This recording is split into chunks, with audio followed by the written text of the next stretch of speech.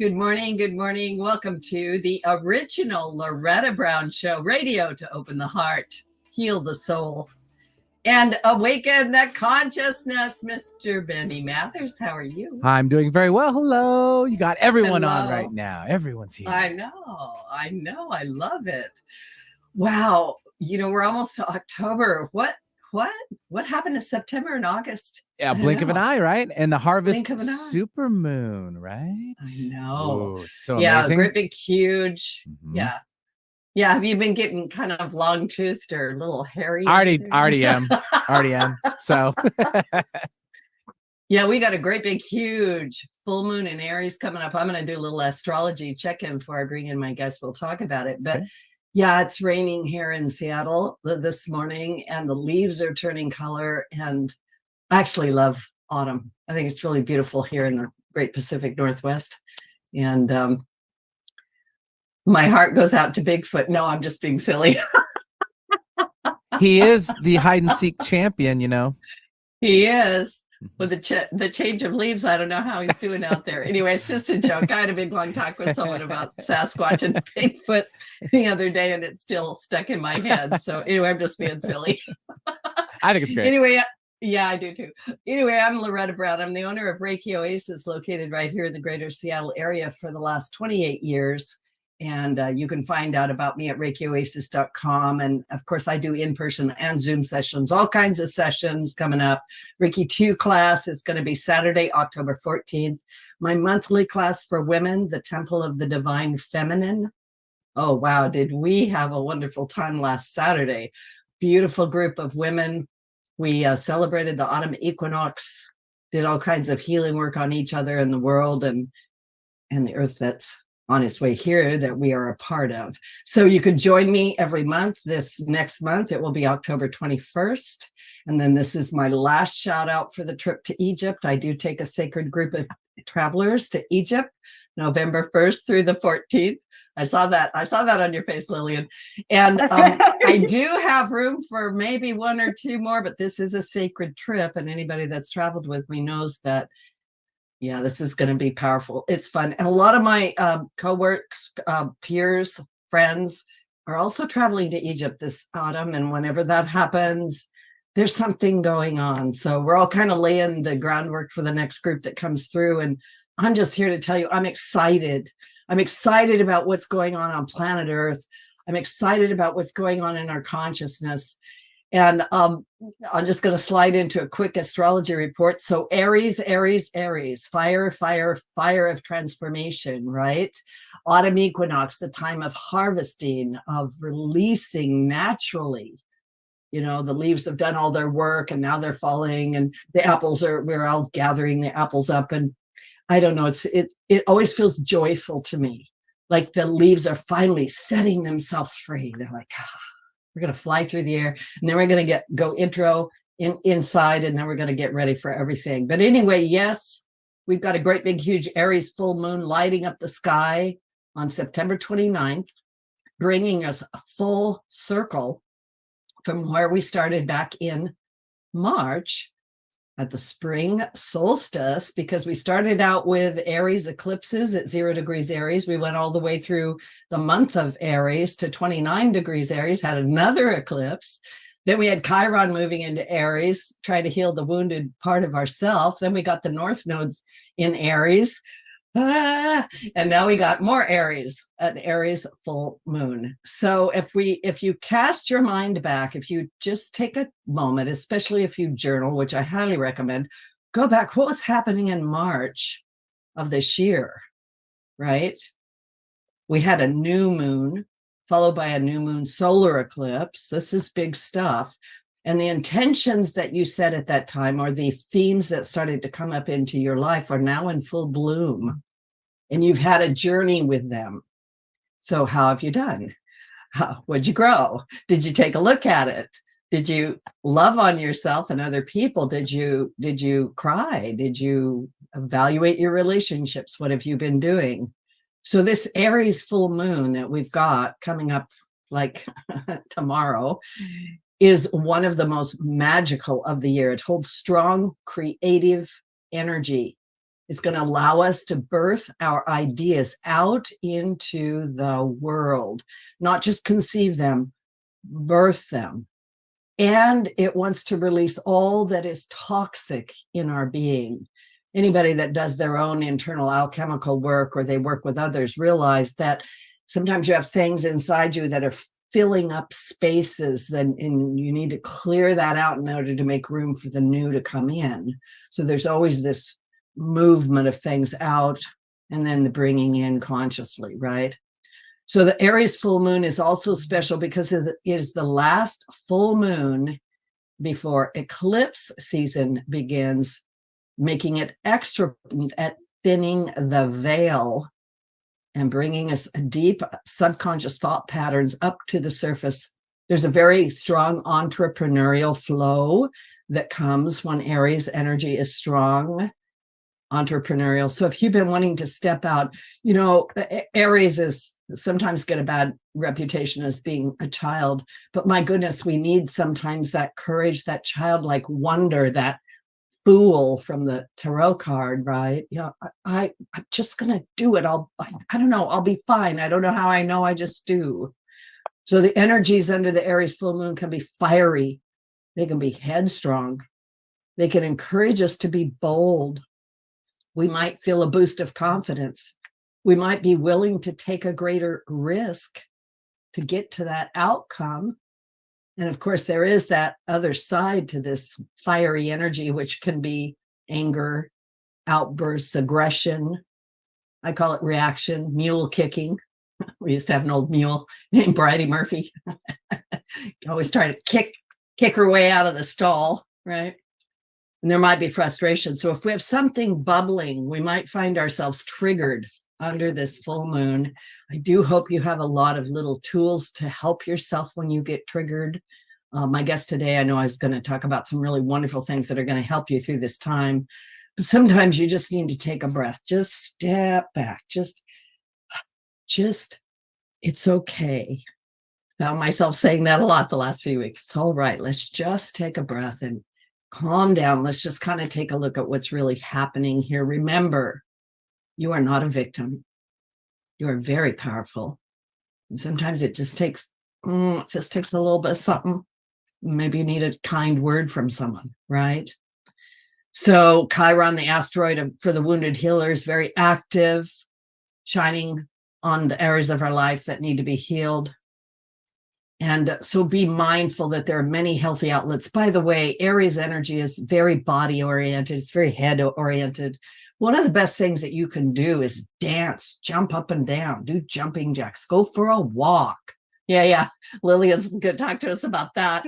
But a lot of people come to me and they're like, oh, Loretta, I'm like a crazy woman. I need to meditate more. And I'm like, no, you don't. You need to go and dance and jump up and down and roll in the yard like a dog and howl and get it out, right? Express it, paint, big, bold, whatever, play the piano, like do some of that heavy duty Rachmaninoff, get it out, right? So like I said, our emotions are probably already heightened. This has been a crazy week. My clients are all over the board. And I want to remind you that the Aries North Node also has Libra in the South Node, and it's trying to create balance, balance, balance. How can it be a win situation? This is the question for the next 18 to 20 months. How can I win and you win? It isn't about me winning or you winning. It's about a compromise or a balance that can get me what I want because I need to take care of me, but without trampling over the top of you, right? Or letting you trample over the top of me. So challenging times. Aries is going to rule over the eclipse energies all the way into 2024. We have eclipses in Aries season again next year. And so honestly, this is the last regular, if you want to call it that, Aries full moon until 2025. So eclipses are times of great change. So this is the personal energy. And if you're interested in tracking the eclipse cycles in your life, write down your themes that are prevalent. They're going to give you clues as to what's coming up and what it is, what direction you need to go in. I want to bring my guest in, but I just want to say this. it's kind of a blanket statement, you know, because I work with so many people and we do so much work, healing work. If you have been hanging on to something, or you feel like something's been kind of sticky, like some old behavior, like procrastination, or oh, I just keep dating the same guy, Loretta. I don't know. I just keep trying. It's just the same guy, right? Or no matter what I do, my money is leaking. This is the perfect time to really take a look at those old patterns and change them. This energy wants us to stand up a little taller, you know, to reach down in and be who we're really meant to be.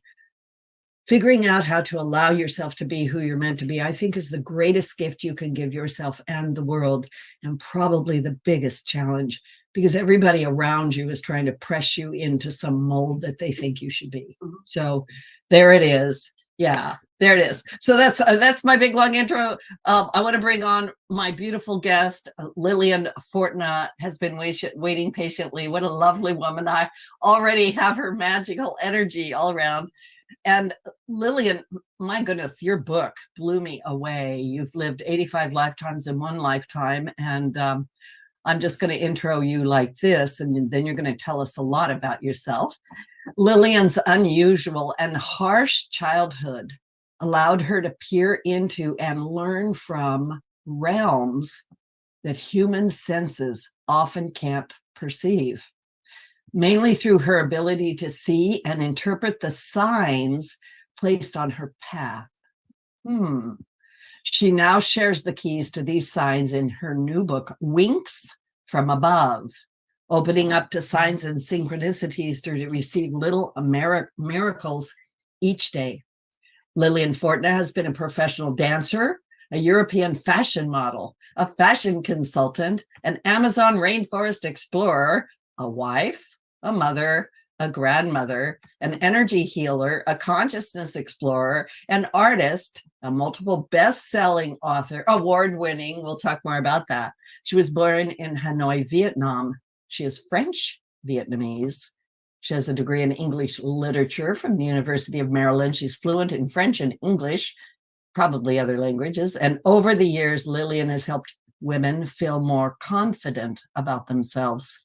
And during the last 14 plus years, she has used energy healing to continue helping men and women face and work through difficult physical and emotional situations. Wow. Liliane, it's an honor to have you on my show. Thank you for being here. I'm honored to be on your show. Thank you so much for inviting me. I'm so excited to have you. So we sort of began the show. Before we even began, I felt like fairies showed up and all kinds of beings that help you. But I'd like to go back a little bit. I really do want to lay a foundation for your marvelous work and your life, which is exemplary in so many ways. If you could go back and tell us a bit about your childhood and about the incidents around that, because I think it's important. Yeah.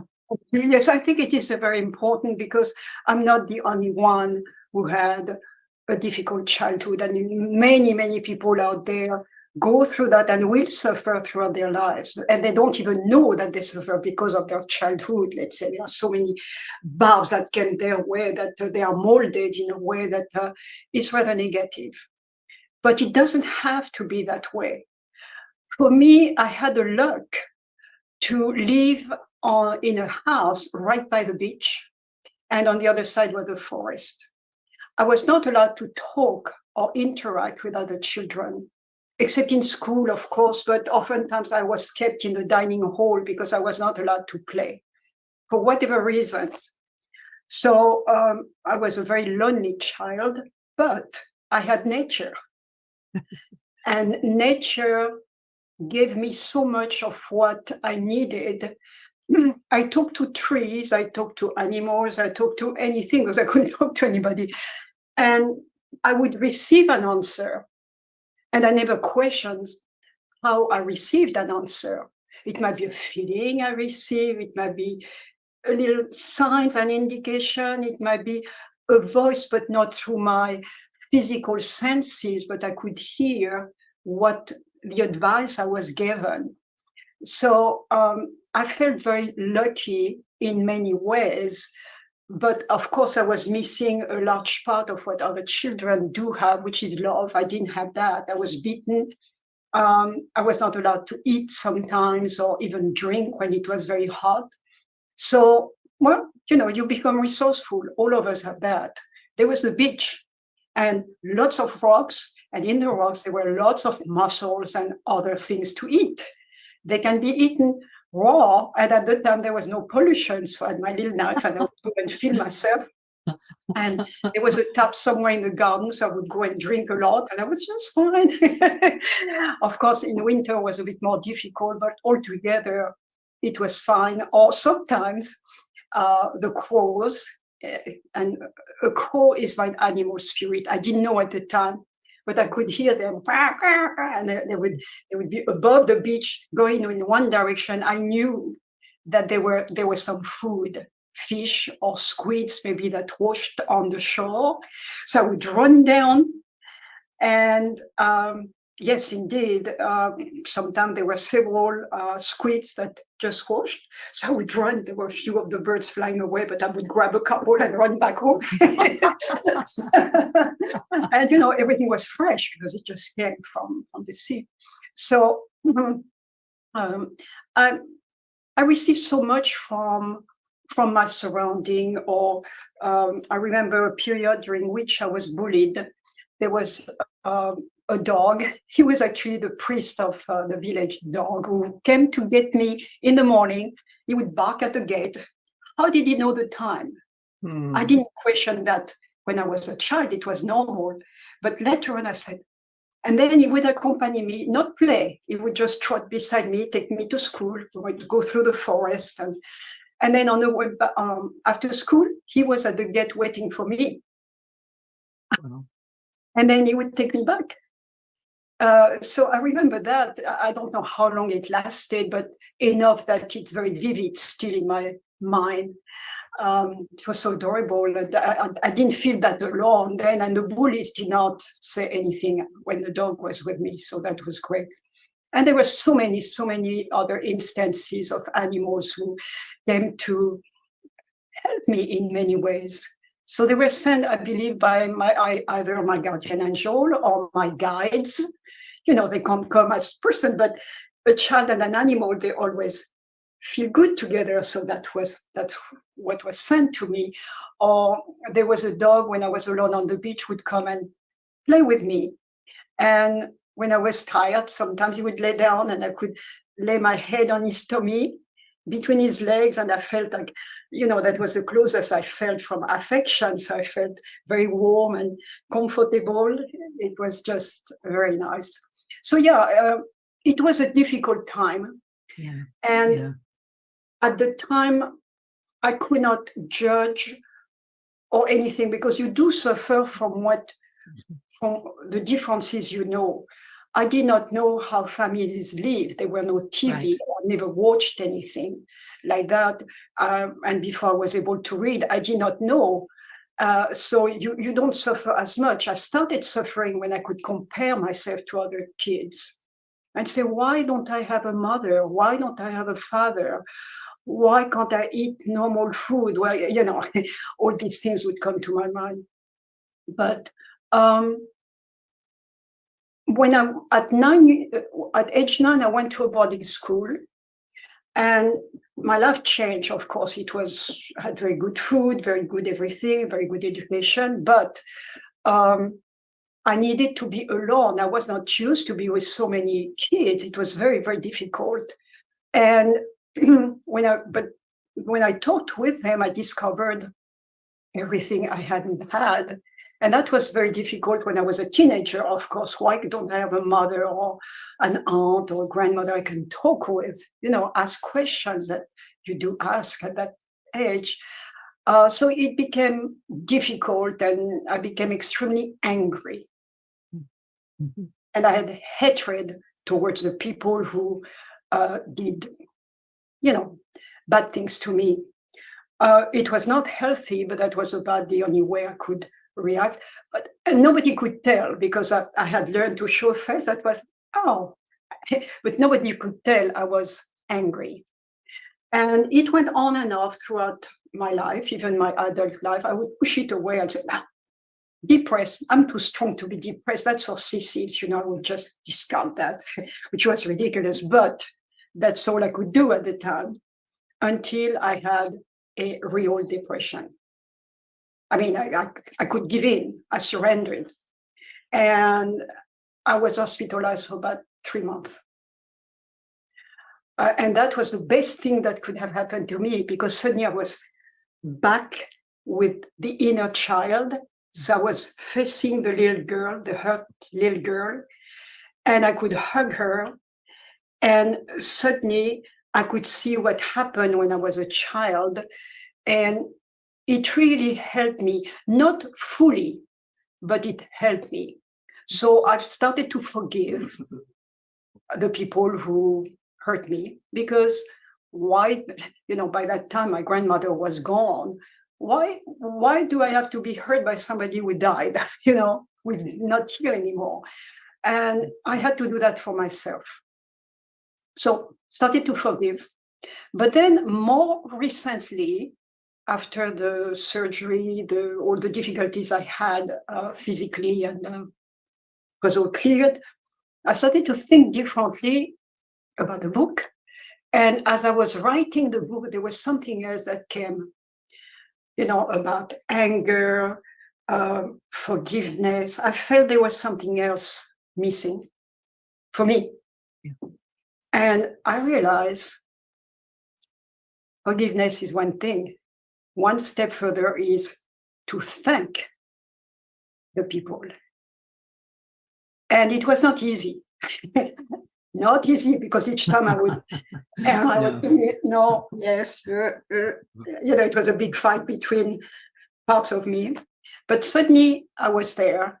And that day, the day I realized that, I forgive you. I felt free, because to forgive is to realize, in my case, that what was given to me by them was actually stepping stones to ascend, because I still have things to do if I don't want to come back over and over and over. So I'm an old soul, but I still have some things to address. And I believe it was my choice to come back the way I did. So why should I blame anybody? You see, I needed certain things to help me reopen certain parts of me that were not, and to ascend, to go up and go up and go up, to come closer to the day I will not have to come back. Yes. So that's how I see things, and it makes me happy. My father now is part of my spirit guides. He came a couple of times. I said, need help here. And suddenly I heard his voice, and I'm, oh my God, you see. My mother, I did not know her well, because I left her when I was 15 months old when they sent me. I saw her for the first time again when I was 48. Throughout my life, I thought she had died. So I never developed a warm feeling for her. Not that I was angry at her. It's just that there is a phase, I suppose, when you're a child, where you bond, and that was gone. And I could be kind to her. I could see her and appreciate all the qualities and the beauty she had, but there was no closeness. So we never hugged when we were adults. But sometimes I do travel. I get out of body, I do travel, and I saw her, and it was very pleasant. And she hugged me. And I was, oh my God. My goodness. There are things like that you do experience that are sometimes a little bit strange, but it's something that I needed, because I never felt it. I did, oh my God, That's wonderful. Wow. That's so beautiful. Yeah. And my dad came, I was having a CAT scan for the surgery I had. I still have 1 more year to go. Every year I have to have a test. And this time, for whatever reason, I was, in the tube for over an hour. And I started to panic. Normally, I have a routine. For your listener here, that might be useful. When I have to have a CAT scan or an MRI and you're pushed into the tube, for many people, it's very scary. So what I usually do, and it works unless it lasts over an hour, I close my eyes and I'm determined never to open them until the end. And then I start to feel the warmth on me, and I say, "Oh, the sun! Ooh. Oh, I'm laying on a boat deck. Oh, it's so beautiful. Oh, the sky is blue. Oh, I can see birds flying." And then suddenly you hear, oh, you hear that, and I said, "Oh, we're starting. We're starting." Okay.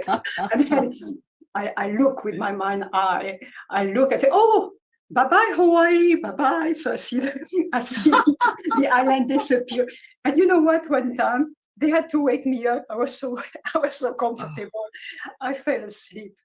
So that's a trick that anybody can try. You will have to use our imagination, and that helped me tremendously because I never met somebody who gladly goes into, "Yeah, I'm going into the tube." No.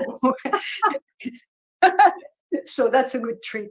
But this time I was starting to panic. My heart was pounding and I was starting to feel very tense. And I was holding you have a ringer, a bell. And I said, "No," because they'll put you back in for, another time. So no way. So I said, "I need help here, talk to my guides." And then suddenly, boom, I felt surrounded by warmth. And I knew it was the Archangel Michael, because he's there oftentimes when I need help. I could feel like the wings. And it felt so good. And then I heard Bama Bofi. That's, really, that something like that, but that's in French. And that was the voice of my dad. And "What are you doing here?" And I found out he's one of my guardians. So he was there to help. So that's another thing for listeners to remember. We're never alone. And when we know how to get in touch or how to contact our guides, and we feel very confident with that, then we do get help. Even in something like you're going through a CAT scan, anything. Could be something big, it could be something smaller, but it is right there for you, for me, for everybody. I love your story so much. It's rich, Liliane. There's so much in everything that you said, and it's a true journey. It's a true journey. There's so many parts of it I want to touch on. We're going to take a station break, and then we're going to come back.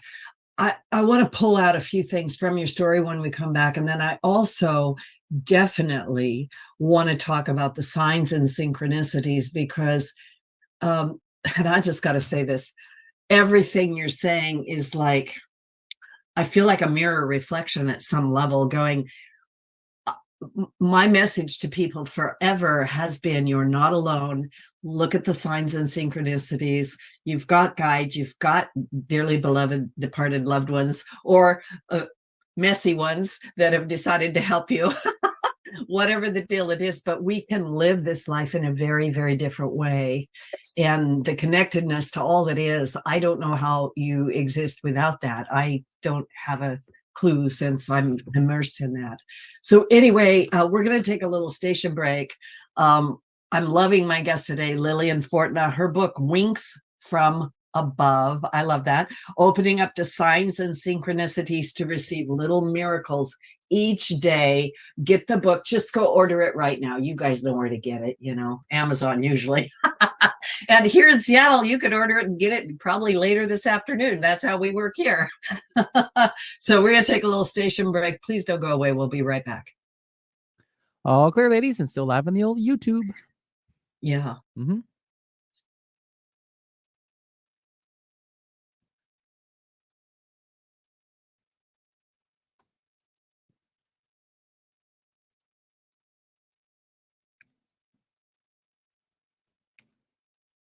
Winks from above.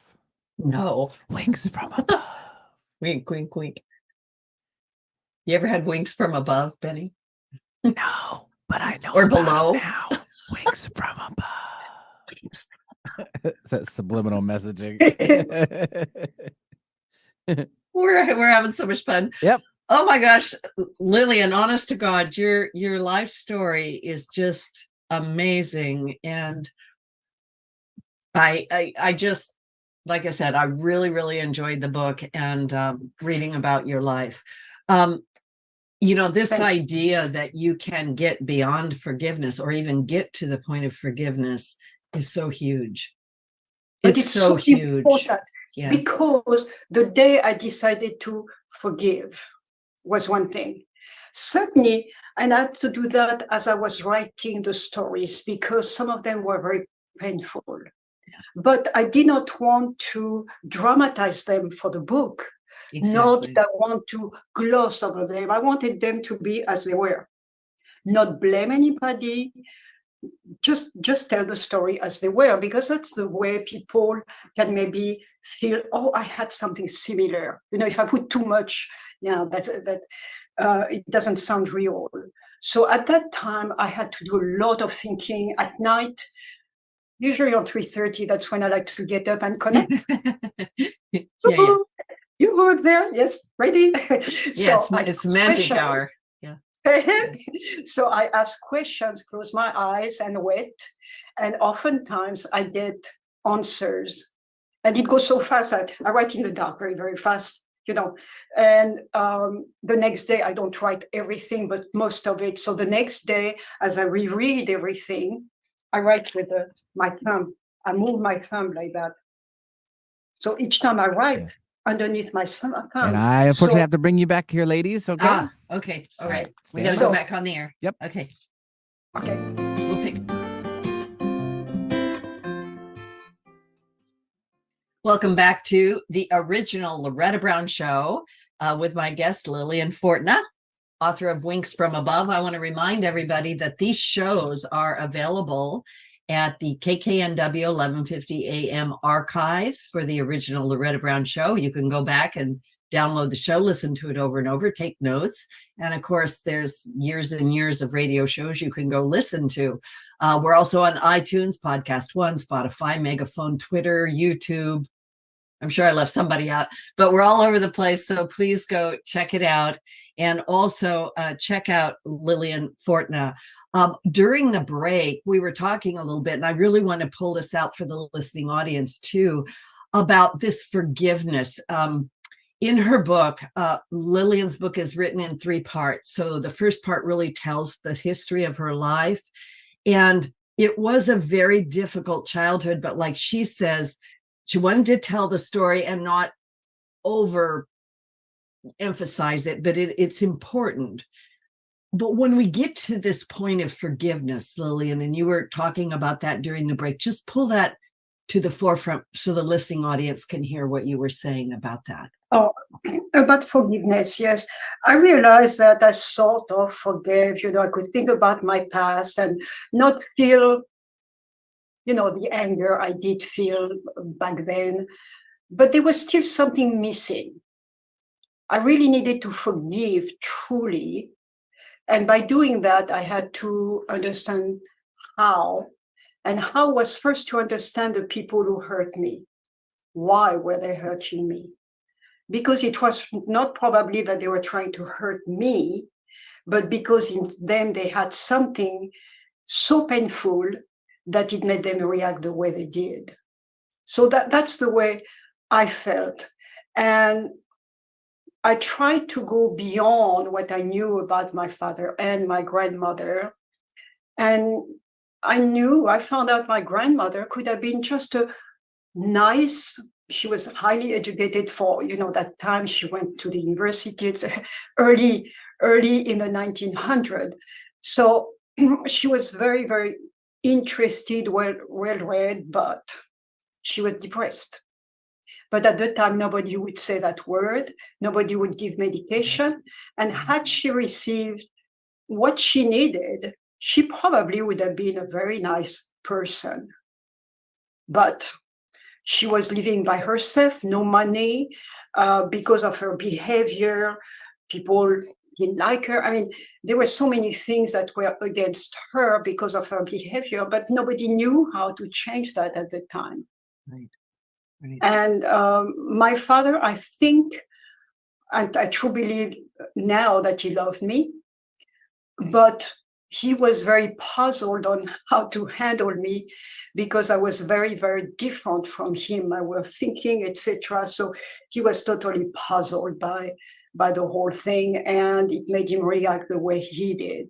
So by knowing all that, I said, okay, well, it was not towards me per se, It was their problem, really. And I happened to be right there across the path. So, Yeah. And then I started to ask me, and what happened? How can I phrase that? What happened with them? What is that trying to tell me? So that's when I started thinking, well, we do choose with whom we're going to be when we come back, because we still have the task to finish. And the unfinished business, it has to be done. So I chose to come back. So why should I blame people I chose to be with? So, etc., etc. So it took a while. It's not done in just one day. Right. It's one meditation after the other. And like you were saying at some point about dancing, moving, Yeah. I dance before I meditate, because sometimes you wake up, you're so I just dance and feel the beast, and then I stop, and the whole body is, and you feel so good. And what was I angry about? I'm giggling because you hit on one of my go-tos. So when I'm all frustrated and jammed up, or I get up in the middle of the night, I dance in the dark, or I play my digital piano very loudly with my headphones on. I just go for it, like a really pound, and it works for me. I love to. I used to do body combat, so I use a lot of mind, because you kick and you kick with your legs. And a punching bag in the a punching bag in the garage is a really great thing. Just go. No, I'll go outside. Well, I'm away from the street, but still, if neighbors saw me, well, so be it. Yeah. But then afterwards, yeah, and I want.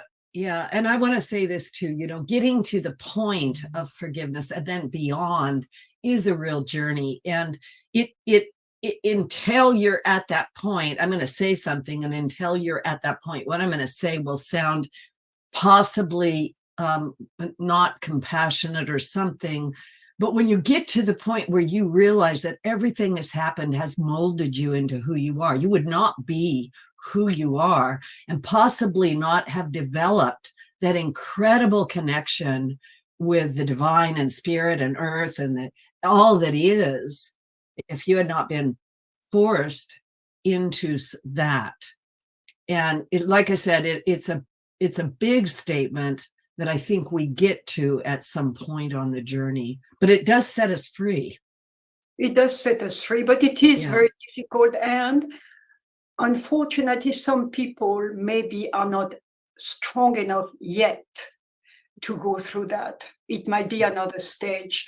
But for those who really decide that it's worth it, you need a bit of patience, because it doesn't come overnight. And you have to face yourself, realize what the other people who hurt you were going through, put the two together. And it's a process that will take several weeks, if not several months, I would say. Right. But once you're there, oh my God. And what happened is that suddenly all the silver linings that I had through my childhood, I could not see necessarily, because what I would see when I thought of one episode was the fear, the anger, I could feel all that, but I couldn't see the beauty around, because there were a lot of beautiful times. Once I started to work on that, suddenly I said, oh, at about the same time, oh, this happened. Oh my God, that was so fantastic. And I had forgotten that. You see? So, yeah. So your book is full of signs and synchronicities that began, and I want to pull out a point for the listening audience.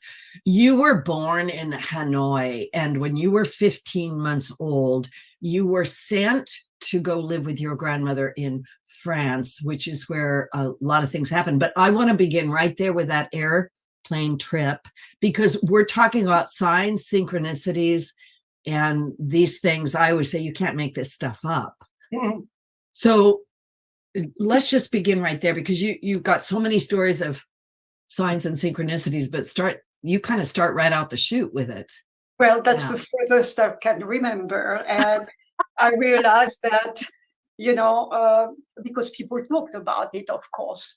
When I was 15 months old, my parents decided to send me to France to live with my grandmother, who had accepted to receive me. She thought at the time that it would be just for maybe a few months. Nobody thought the war would last till the 70s, right? So preparation was made, and I was supposed to leave at a certain date. And just before I was supposed to fly out, my father was asked if my seat could be taken by a military man whose wife was very, very ill in France. So he had to return right away. So, of course, my dad said no problem. So I was put into the next plane. Well, the first plane crashed over the Dubai area in the sea. Yeah. And I don't think anybody survived. I was on the second plane, and when it landed in Paris, there was an announcement that the following plane had crashed. So I went between two planes, basically. Mm-hmm. Yes. And there are a lot of unknown, but my dad, who was there at the time, said that there were some unordinary things happening at the government with money, etc. So there was a survey done, and there were some people who did not want those documents to go back to France. So it's possible that there was a bomb on the plane. Yeah. So it's a possibility. I went on the internet, tried to look, nothing is said. Right. So I suppose It's still something very hidden. But anyway, I went in between. Yeah. So that was that I always heard, which didn't mean anything back then. Oh, she's really protected. Her guardian angel is with her. I mean, I heard that from the villagers, who were talking to about me. So that definitely started me. And then afterwards, there were so many things happening my way. I didn't know, there are two things. Oh, I choose this one, or I choose that one, or I would say yes to things that were appealing. For instance, I really thought of, it would be so nice to be a model. Well, at 5'3", 5'4", forget it, right? But, fine. Some people said I should, but I said I'm too small. And then I had the opportunity to meet somebody who said, oh, I know the director, the owner of the best modeling school in Germany. It happens to be in Munich, and we live near Munich. I can introduce you to her. Why not? Yes, sure. Oh, God, why did I say yes? So we went to meet her. She liked me. She said, oh, I'd like to see you again. Can you come back with pictures? Professional pictures, and then I want to see how you walk on a runway or pose for photos. Okay, I was God, how do I do that? So, no internet, nothing. So I had to figure things out and try in front of a mirror. Anyway, I went back. She liked me. And then she said, oh, every year I have a beauty contest for the best models around Germany and 3 from each school. I want to put you in my school. Can you represent my school? I said, oh yeah, sure. I was, oh God, what did I do? What did I do? Just, but I had to do it. And then still, well, the first show was to select 15 out of 50. So it was in the morning. I was among the 15. I was, oh my God, how did I do that? And I looked at all the girls, tall, beautiful. I went, what am I doing here? Oh, well, okay. And then the evening was a big gala. Because in the casino, it was huge. And so I walked. I was a bit nervous, but I was doing my stuff. And suddenly I passed by 2 tables, long tables. People got up and booed me and were saying words in English I could not understand. I was, what's going on?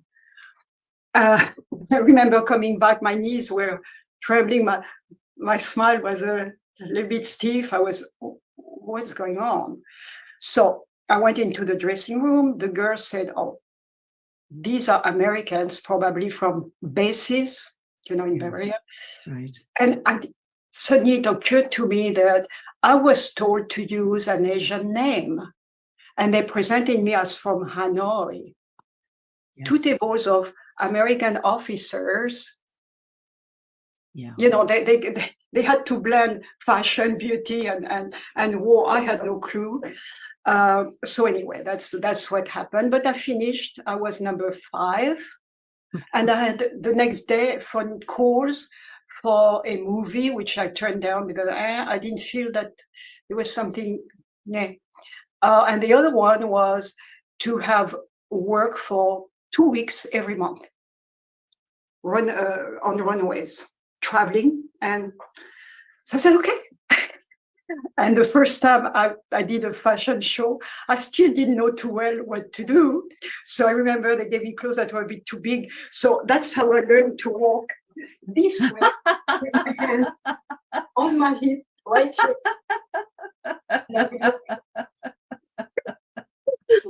I love that. It's not because I learned, it's because I had to hold my skirt. I'm just going to throw this in. It worked. And what am I doing here? I just didn't knock at the door or anything. So, and it's one thing after the other throughout my life. Yes. Always the opportunities, and it did. So I never questioned much. And I'm sure there are lots of people out there like me.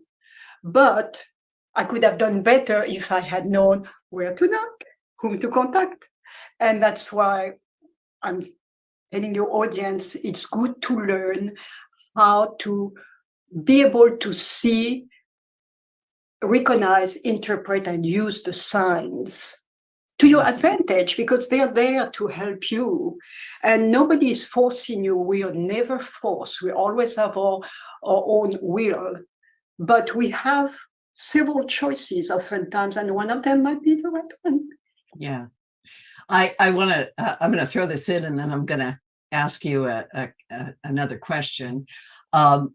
So I lived in Saudi Arabia for almost 9 years and taught music and played the piano for everything. And during that time, I was spotted by somebody when I was at a flea market wearing an abaya, and I ended up being a model for this woman from France who is doing Chanel fashions, and I'm 5'4". Yeah, I'm 5'4". So I know exactly what you're talking about. And so I'm just laughing at your story going, who does that? Well, apparently you and I. So if those sorts of things can come in from somewhere, these are signs and synchronicities. And like you say, I also at that time was not as connected with knowing how to really harness all this. And your book really puts people in a direction of beginning to pay attention to the signs and synchronicities. So we don't have a whole lot of time left in the show, but I'd love for you to share about becoming a healer. Okay, becoming a healer it's something I was supposed to do, but 2 times in my life it was offered. It came to me by the healer I would see every year, or maybe twice a year, and he said, "You should follow my steps." I said, "Oh, thank you." I thought it was wonderful, but I did not believe in myself as much. And one thing too that scared me tremendously was the fact that my grandmother had that capability. But I have seen her use it in bad ways. And that was very scary to me, because I felt that, well, maybe I'll be the same. I'll learn, and then I'll be tempted, or I will use, things I know to do bad things. For instance, one time she called me. I had not seen pictures of my grandfather. He was still alive at the time, but I never met him. And she called me, and she had that a laugh that is scary. Oh. And she said, "Look at that picture of all kinds of bad names." And then she took a pair of scissors, started cutting pieces of him. And each time she had that horrible laugh, it would go through my whole body. Oh, it was horrible. yeah. And then she took needles, she pierced his eyes, etc. And other things that were not clean to me. As a child, even though we don't know better, I think we come equipped with a compass that tells us what's wrong and what's right.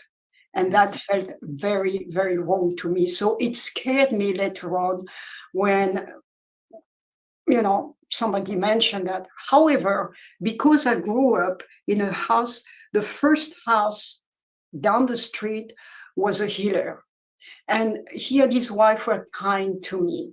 So sometimes I would go visit them, and I would sit on the ground in their kitchen, because that's where he would heal. And it was done in a way that I keep even now. I don't want to do healing for money. He was not doing that. People at that time were healers, but clients would come and bring a bottle of wine, or a box of vegetables, maybe a chicken, things like that. I never saw any money. He would not touch people. He would just impose his hand, which I do. And it was at his kitchen table. They would sit there. And if he had to, one time he had to put a bone back. I mean, the shoulder bone, it was terrible. But he simply used some oil from the kitchen, put it on the shoulder, rubbed a little bit, put a towel in the man's mouth. But you can scream that word. And then I heard, and the shoulder was back in place. So that's what I would see. It was just natural. And that was good, because on one hand, there was my grandmother that was scaring me. On the other hand, it's part of life. It's natural. Don't make it a big deal. We all have more or less this ability. Don't make it so extraordinary that it's not accessible. Yeah. And thank for that, because the third time I was contacted, I knew. Yeah. And I decided to become a healer. Yeah. So, and I was ready. I suppose before, because I still had anger, in me. I suppose at that time, it was good for me not to learn certain things, because I could have used that in a wrong way. Right. So I think I was not ready. Yeah. So I'm interrupting just because we have about a minute left. Believe it or not, we need another hour for sure. But I want to just ask you this question. When you decided to become a healer, how old were you? I was about 50. Around 50. So everybody listening, it's not too late if you feel a calling. Yeah. And then And I'm 74, and I'm On a new path. I'm on a new path. Yay! So, final last words in the last 15 seconds, right? The last 30 seconds. What do you really want people to get from your book? What do you really want to say to them? Very quick. Realize that you are never alone. You can always ask help, and there are ways to do that. So I explain all that in my book. I explain exercises to do so you can reopen to the abundance that is offered to us on a daily basis. Yeah. And it will make your life much richer and happier. Liliane Fortna, thank you so much. Please check out Winks from Above. And also, this is an award-winning book. Very, very quickly, it's won, I don't know, 3 silvers, 2 golds, 85 bronzes, whatever. It is a wonderful, wonderful book. Liliane Fortna, blessings to you, to everybody out there. Be careful under the full moon and dance in the woods. We'll be just fine. Thank you, Benny. You're the best.